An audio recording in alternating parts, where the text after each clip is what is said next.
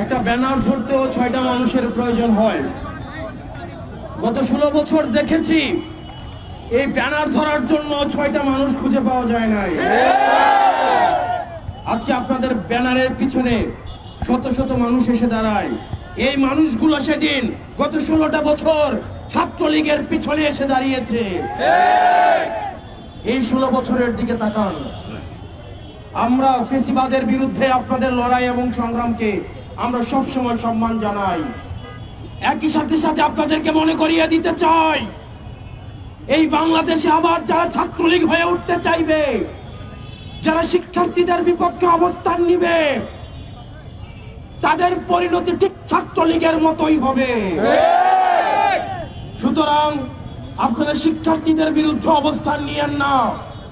গত 16 বছরের আপনাদের নির্যাতন নিপীড়নের কথা ভুলে যায়েন না।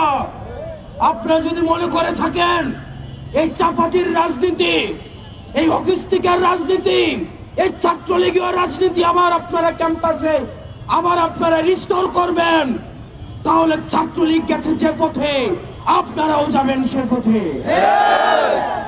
প্রিয় সহযোদ্ধা, এই গণতন্ত্র উত্তরণের এই যে লড়াই, এই লড়াই আমাদের সমন্বিত লড়াই।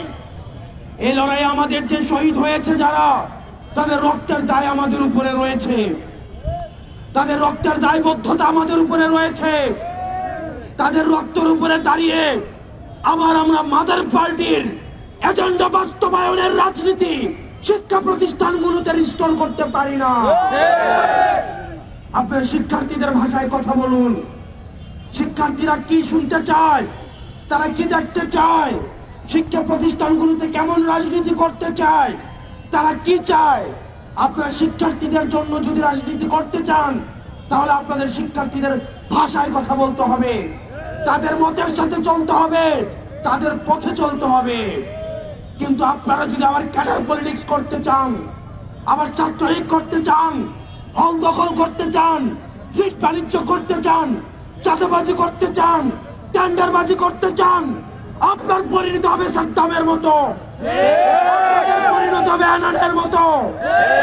গত 16 বছরে আপনাদের বিরুদ্ধে যে নির্যাতন হয়েছে, এই ফ্যাসিবাদী আওয়ামী লীগ আপনাদেরকে যেভাবে নির্যাতন নিপীড়ন করেছে, আপনারা মজলুম ছিলেন, আপনারা জালিম হয়েন না।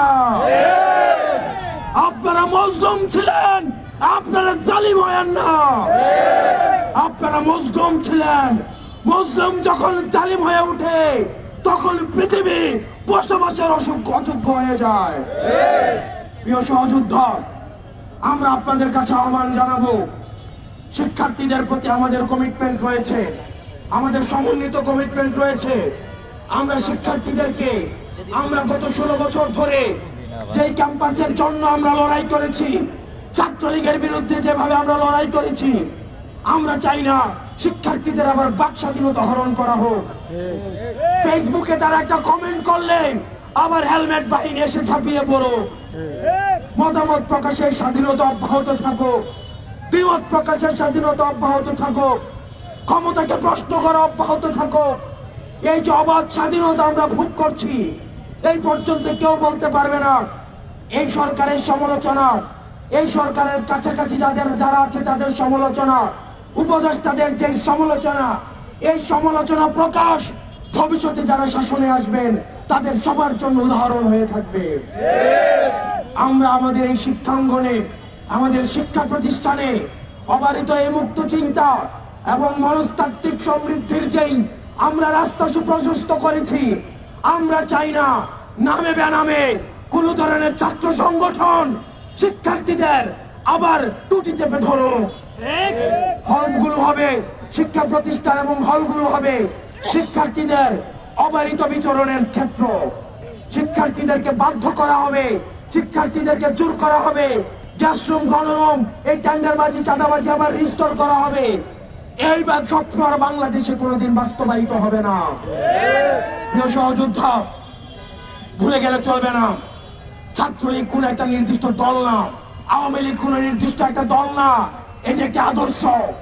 যে কেউ ছাত্রলীগ হতে পারে, যে কেউ যুবলীগ হতে পারে, যে কেউ আওয়ামী লীগ হতে পারে। আওয়ামী লীগের বিরুদ্ধে আমাদের লড়াই, ছাত্রলীগের বিরুদ্ধে লড়াই, যুবলীগের বিরুদ্ধে লড়াই, নির্যাতন নিপীড়নের বিরুদ্ধে লড়াই এবং ফ্যাসিবাদের বিরুদ্ধে লড়াই, এগুলো একটা বিপ্লবের জন্ম থেকে মৃত্যু এই মাঝামাঝি সময় অব্যাহত থাকবে। আমাদের লড়াই শেষ হয়ে যায় নাই। যারা একবার লড়াইয়ে নেমেছে, লড়াই হচ্ছে মৃত্যু এবং জীবিত থাকার মধ্যবর্তী এই পুরোটা সময়। আমরা যে স্বাধীনতা অর্জন করেছি, আমাদের এই স্বাধীনতা আমাদেরকে রক্ষা করতে হবে। প্রিয় সহযোদ্ধা, আমাদেরকে সবসময় সচেতন থাকতে হবে। আমরা বারবার করে বলতে চাই, কোন শিক্ষা প্রতিষ্ঠান আর সন্ত্রাসের ঠিকানা হবে না। এবং কুয়েটে যেই আমাদের নারকীয় ছাত্রলীগ স্টাইলে যে ধরনের নির্যাতন হয়েছে, আমরা আপনাদেরকে সতর্ক করতে চাই। আপনারা যদি মনে করে থাকেন কুয়েটে আপনারা আপনাদের পাওয়ার পলিটিক্সের আপনারা এখানে মহড়া দিয়েছেন, টেকনাফ থেকে তেতুলিয়া এই 56,000 বর্গ মাইলে আর পাওয়ার পলিটিক্সের কোনো ঠিকানা হবে না। কুয়েটে যেই নারকীয় যেই নির্যাতন হয়েছে এবং জুলাই ব্যাপী যে ধরনের নারকীয় নির্যাতন হয়েছে, আগামীকাল সারা বাংলাদেশের সকল শিক্ষা প্রতিষ্ঠানে এই নারকীয় নির্যাতনের ভিডিও চিত্র প্রকাশিত হবে। এই জুলাইকে আমরা বারবার মনে করিয়ে দিতে চাই। এবং আমাদের আগামীকালের কর্মসূচি সারা বাংলাদেশের প্রত্যেকটা শিক্ষা প্রতিষ্ঠানে আমাদের যে জুলাইয়ের নারকীয় যে নির্যাতন নিপীড়ন এবং গতকালের এবং আজকের কুয়েটে যে নির্যাতন নিপীড়ন চালানো হয়েছে, আবার আমরা দেখেছি হেলমেট বাহিনীর আগমন হয়েছে, রামদা বাহিনীর আগমন হয়েছে। তাদেরকে আবার জাতির সামনে প্রকাশ করা হবে। কালকে প্রত্যেকটি শিক্ষা প্রতিষ্ঠানে এবং আমাদের টিএসসিতে ভিডিও প্রদর্শন করা হবে। এবং আপনারা আপনাদের জায়গা থেকে আপনাদের এই সত্যের পক্ষে, ন্যায়ের পক্ষে, এই জুলুমের বিরুদ্ধে আপনার অবস্থান অব্যাহত থাকুক। ইনকিলাব জিন্দাবাদ।